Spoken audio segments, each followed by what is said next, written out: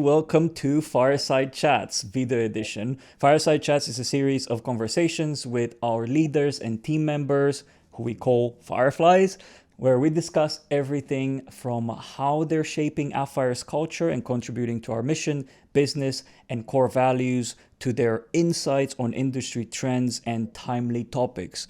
In today's episode, we chat with Doug Kersten, Appfire's Chief Information Security Officer. Doug, thank you for joining me on this wonderful month of cybersecurity awareness. Thank you. I'm happy to be here. So, I have a couple of questions for you, given that it's Cybersecurity Awareness Month. What is the best cybersecurity lesson you've learned in just one sentence?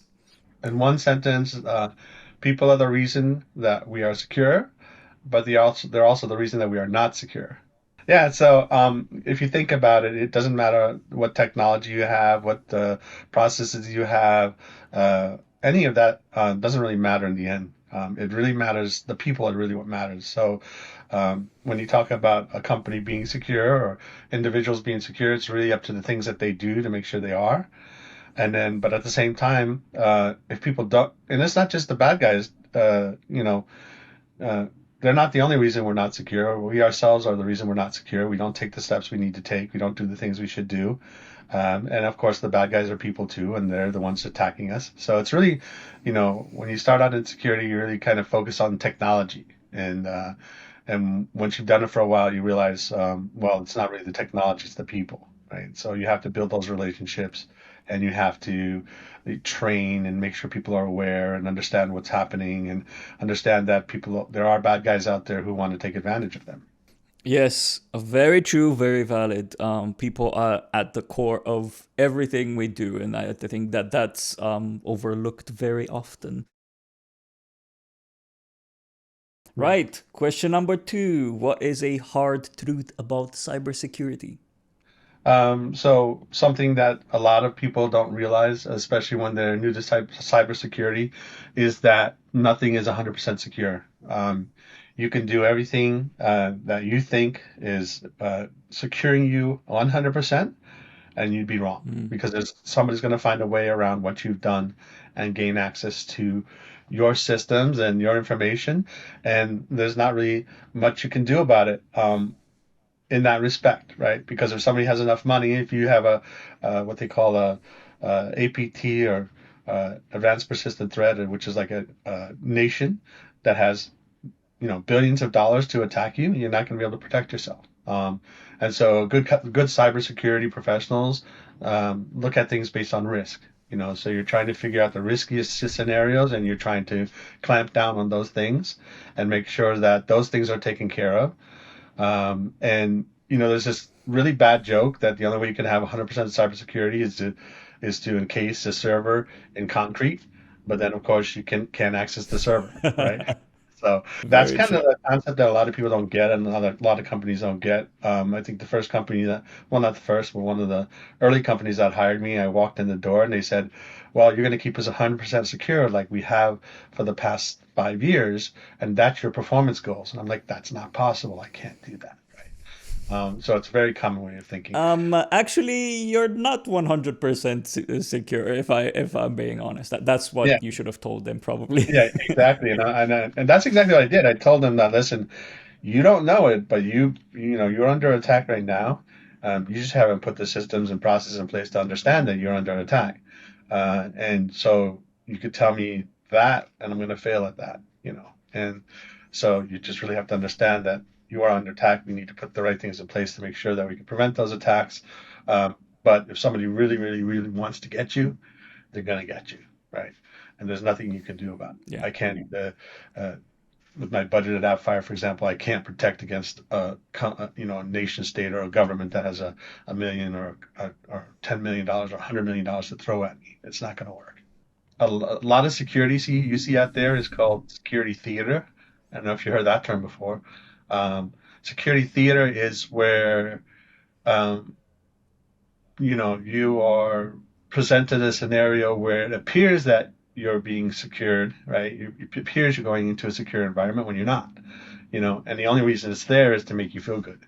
And so a great example of that is like when you walk into an airport and all the security you go through in an airport, that's really security theater. That's looking at last year's attack, not that attack that's coming, but it makes people feel really good to take their shoes off.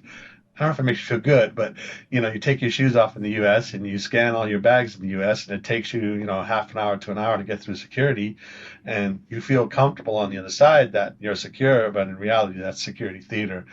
They already know those controls exist. They're going to do something different.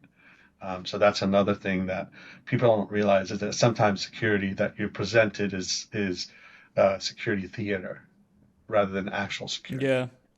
Yeah, I suppose it's also impossible to protect against something you don't know exists, right? Exactly. I mean, you can do your best and play your best scenarios, the worst case scenarios in a sense, but you're never 100% sure of what's coming. Yeah, exactly. And that's why you go back to what I was saying before about risk, and you're looking at risk, and you're saying, well, there's a risk that a person can access this in this way, so let's protect that. There's a risk a person can access it that way, let's protect that. And not necessarily looking at um, past events, although you do think about realized risk, yeah, you still are looking forward. If you're doing it right, you're looking forward and say, where are my real risks?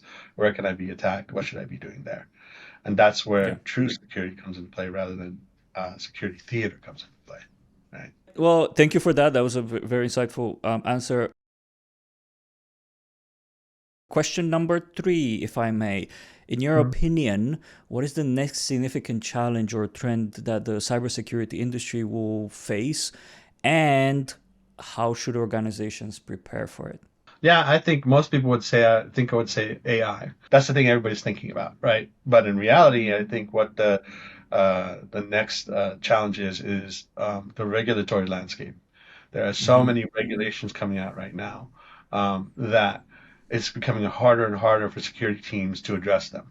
And so you have this incredible volume of sometimes conflicting regulations that are coming out. For example, one regulation says you have to report something in 4 days, another one says 72 hours, another one says 24 hours. Which one's right? Which one do you do in what scenario, right? And that's just one example. It's getting really, really complex. So it's going to be a challenge to the cybersecurity world because and for the most part, historically, we're used to setting our own rules. There's some industries like banking and financial services that, have been regulated for a while, but most of the business world is used to setting its own rules in the cybersecurity front. But that's changing, and that's changing quickly, and that's making my job and my team's job harder and harder. There are about 100 cross-border data flow regulations. That means transferring data between countries or the EU and the US, for example.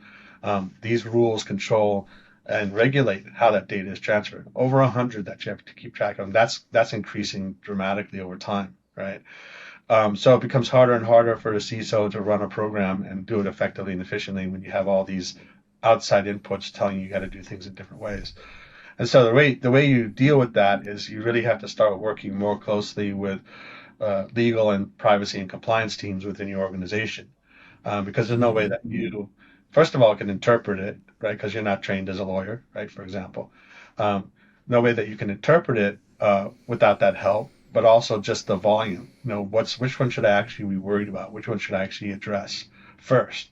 And again, it's starting to go down a path where it's also risk-based reaction and response, right? So which regulation am I at a higher risk of being impacted by? And so starting to think about it that way. So and it applies to the AI world as well. In the AI world, um, you know, that's one of the key issues with people starting to use AI. Are they going to be complying with our regulations that we're required to align to, right? From a privacy standpoint. That's why people have slowed down and didn't adopt it. It's one of the fastest adopted technologies in history. But even then, it could have been faster, but they had these regulatory requirements that companies had to deal with that actually slowed it down. And I think that it's such a hot topic, even in the Atlassian world nowadays. Atlassian's publishing more and more articles around how to protect yourself and how to do AI products secure. But I Hmm. want to flip it on its head. And my next question is, do you have any examples on how AI is currently being used to detect and prevent cyber threats. So basically using AI for good. There's a lot of tools and systems out there that are being sold that already have AI integrated into them. Um, So, for example, like antivirus and its derivatives like endpoint detection and response, these are like enhancements to AV where you're looking at heuristics and you're looking at profiles, and it's been there historically. You've been able to do that, but now you attach AI to that, and it becomes, if you've used AI and you create a prompt and you say, create a summary of this data or an outline of this data, and it does it in 30 seconds. Well, it's the same thing, right? If you're looking at EDR or EB and you say, show me where I'm potentially being attacked, rather than taking an analyst 3 or 4 or 8 hours to do that, within 30 seconds, AI is telling you, hey, it looks like you're being attacked over here. So you're already seeing that being built out and deployed in antivirus and EDR software. You're seeing there's a software called Security Incident Event Management. Um, and that software correlates logs and helps you identify attacks and threat vectors, right? So using that software with built-in AI, it's the same kind of thing. Before it would take hours and hours and hours to analyze this information, and sometimes you wouldn't be able to do it because the volume of data is so high, and that's always been a problem in security. The volume of data that we receive is so much that it's really hard to identify, when you're under attack. And this AI will actually go in there and Yeah. figure that out. Yeah, I mean, tell me about it. The amount of sleepless nights that I've had looking at server logs to try to Yeah, detect and figure out some incidents and so on. Not necessarily security wise, but I feel the yeah, pain like a bug even. Yeah. currently, and it sounds, yeah, or a bug, and it sounds like AI can massively help there, which is super exciting. Shifting gears away from AI into the human world, um, Right. we all know that burnout is a real concern in the cybersecurity field. What strategies can cybersecurity professionals employ to prevent or at least alleviate burnout in their companies, in their teams? Yeah, I think this is a really great question. Um, Most people don't realize it. It's most CISOs last 3 to 4 years and that's it. They burn out, they leave, and they Mm, move on to something else. I've been in the industry, for decades now, and so I've seen it happen over and over again. And it's usually caused by the nature of the role because you're sitting in a position within the organization where you kind of have a foot in every, I got a lot of feet, but you have a foot in every department, and you're trying to get people to take action when there's no true chain of command or direct report. You're trying to get somebody who's not your direct report to do something that needs to be done to secure the business, and that's really really difficult, right? You're constantly pushing against priorities. You're constantly pushing against projects and things that people need to do, and trying to make sure you're included in those things. And that can be very, very frustrating, especially if the organization you're with doesn't really support or security and want to make sure that the company is secure. A lot of people will give lip service and say, "Oh, I want our company to be secure," but when you come down to it, they're not willing to invest the resources or improve the culture of the company to make sure that security is taken seriously. So when you have that kind of environment that you're sitting in, it can get really frustrating really fast because you're not really accomplishing much. When you're in a great mm, company that really supports security and adds the resources, and you got the executive leadership, and you got the board on board, and everybody else in alignment, everybody else wanting to do the right thing.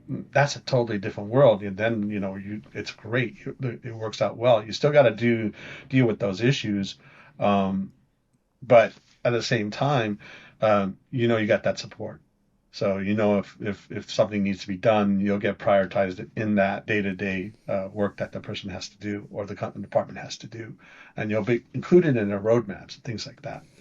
So yeah, it's sad, because it is a great job, it is a great industry. It's just that where it sits today, And I see that changing, but where it sits today and how it's run today, it can be very stressful. Fundamentally, that's where burnout comes from often. The Yeah. source of it is existing in very stressful, demotivating environments. If Right. you're motivated and empowered and able to continue to love your craft, I feel that even if you're working extra hard, you don't Right. feel burnt out the way you do if you're demotivated.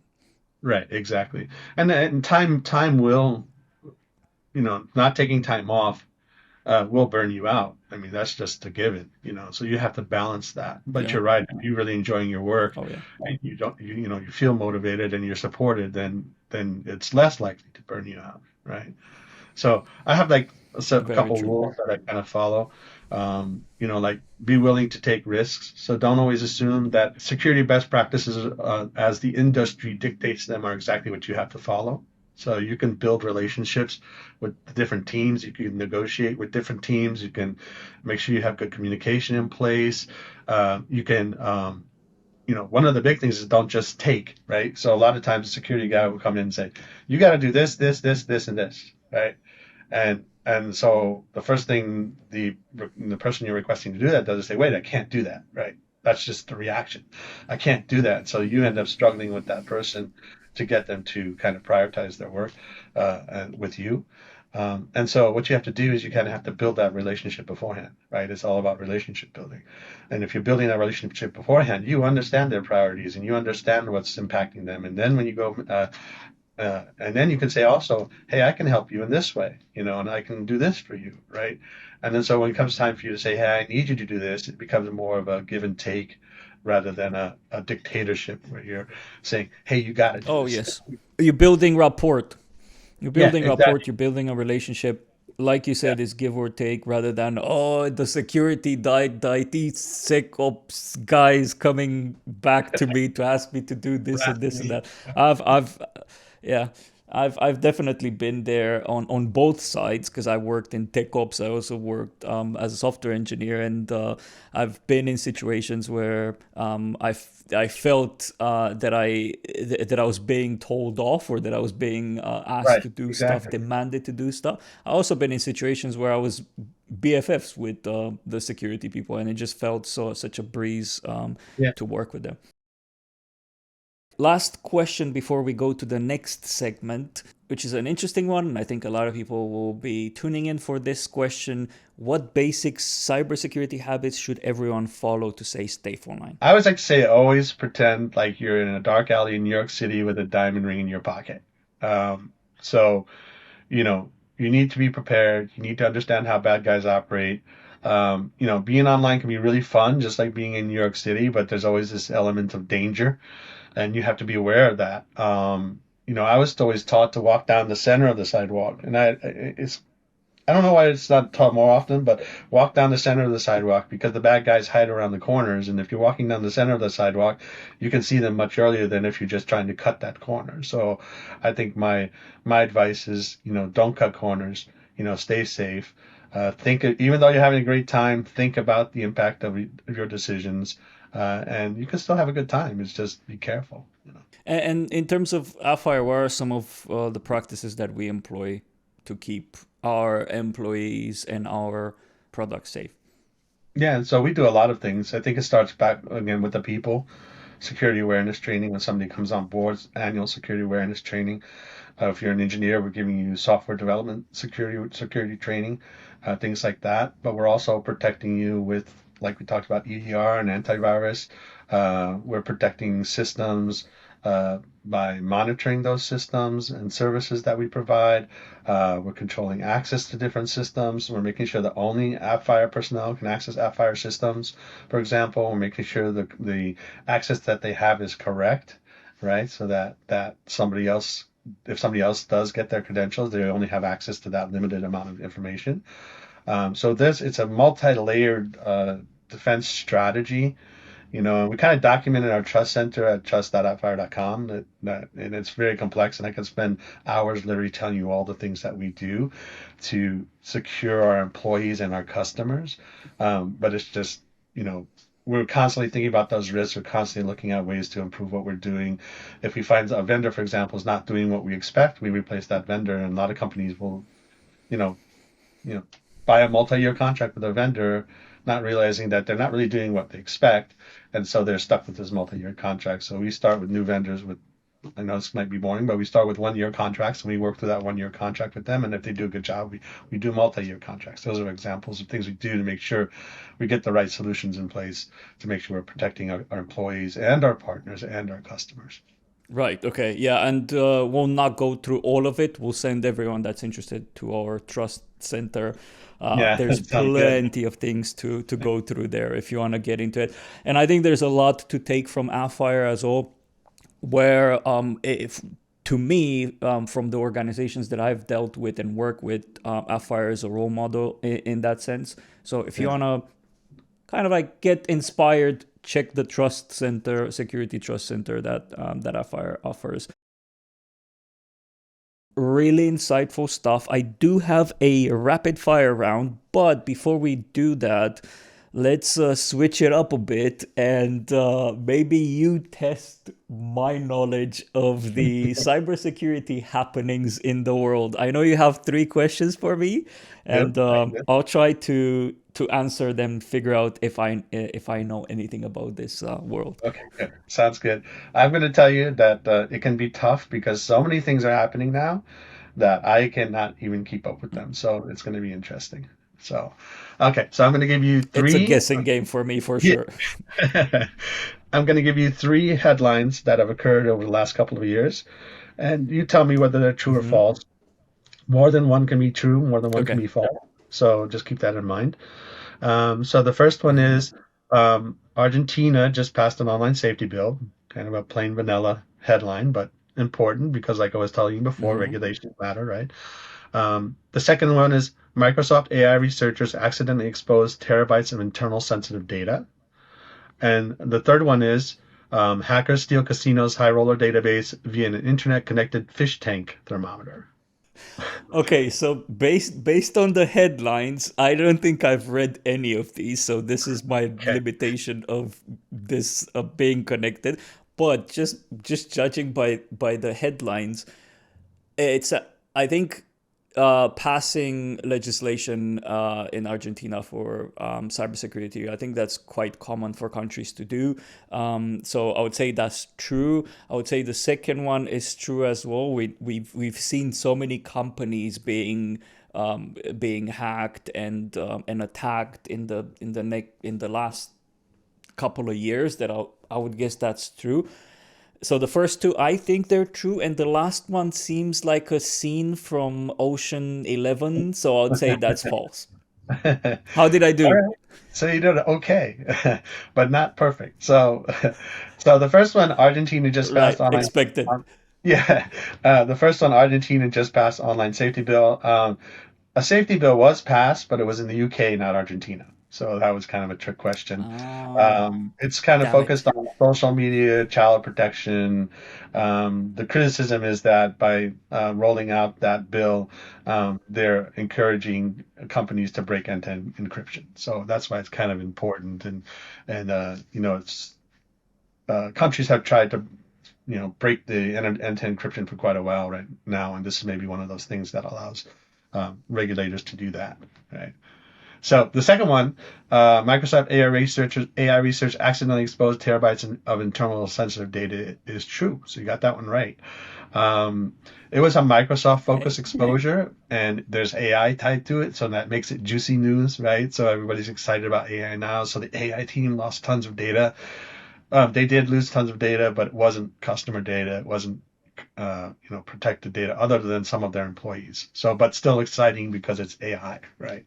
Anything with AI on these days just gets really paid Mm. attention to. The third one, hackers steal casinos' high roller database via an internet connected fish tank thermometer is actually true. Um, What? the No, Yeah, bloody way. No, I can't believe that. yeah. So the company actually, the casino actually had a fish tank thermometer. It was an IoT Internet of Things device hooked into their network, and the criminals were able to attack that, and through that attack their internal networks and gain access to a high roller database. of their high rollers, which are incredibly valuable. Um, they did some things wrong. They didn't follow best practice. They didn't segregate their networks. You shouldn't have a fish thermometer on the same network or even attached to a network that has your high roller database. So they made some basic mistakes there. But yeah, it sounds like Ocean's 11. It's like who would think of this thing? But it's exactly what happened. Yeah, So. that is crazy. Well, I got 1 out of 3, which is terrible. We'll do another one of these in the future, and I'll try to polish my keeping up to date skills. We'll close up with rapid fire round. So I Mhm. have 3 questions for you, which you'll try to answer as fast as possible. Number one, favorite cybersecurity buzzword and why? My favorite cybersecurity buzzword is indicator of compromise, IOC. It's a nice buzzword because it lets you say something, you were able to investigate something and had no indication of compromise. It doesn't mean that you're able to identify every single aspect of everything and say, yep, we're perfectly fine. It just says, the capabilities that we have, we looked at it, we identified it. So I like that word because it doesn't, I like that buzzword or buzzwords because it kind of sets you up to align you to reality, really.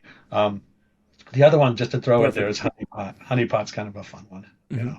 So um, people don't people don't know honeypots are like fake systems that are put out there to kind of Yeah. attract attackers, right? And then once you attract them, you can identify them and block them and things like that. But honeypot's kind of cool. Going on to the second one, what's one cybersecurity myth you'd like to debunk?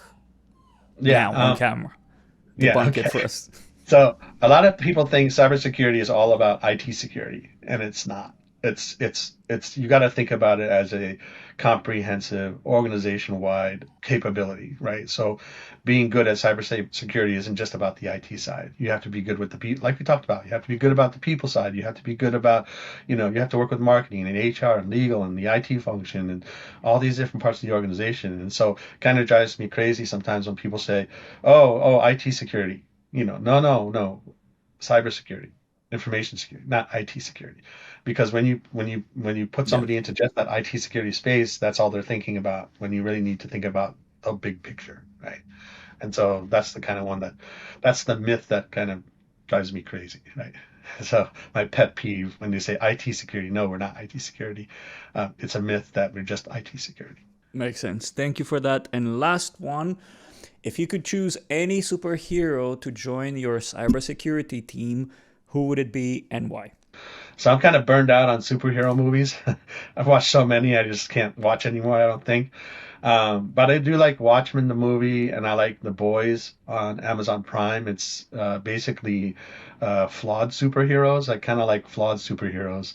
But anyway, back to your question. Actually, I'm going to pick a super villain called Cyber. I don't know if you've heard of him before.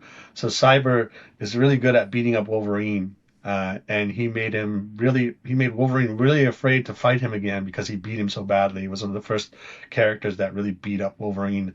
And he also has this limited psionic ability to track brainwave patterns across the world, right? So if you think about it from a cybersecurity perspective, you track down the bad guys with your psionic abilities and you scare the hell out of them.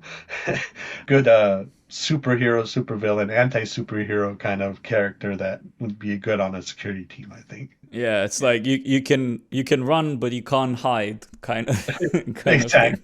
So yeah, he's a bad guy. He is a bad guy. He's a villain, but at the same time, he has skills that he could use for good if he wanted to. It's all about the skills. The question is about the skills. We're not gonna question Oh, you got your liking when it comes to the heroes and villains. Okay. sounds good. Sounds good. Thank you so much for doing this.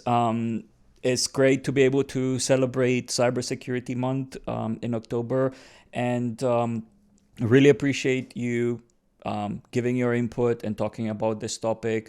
We'll make sure to publish this conversation for others to learn a thing or two.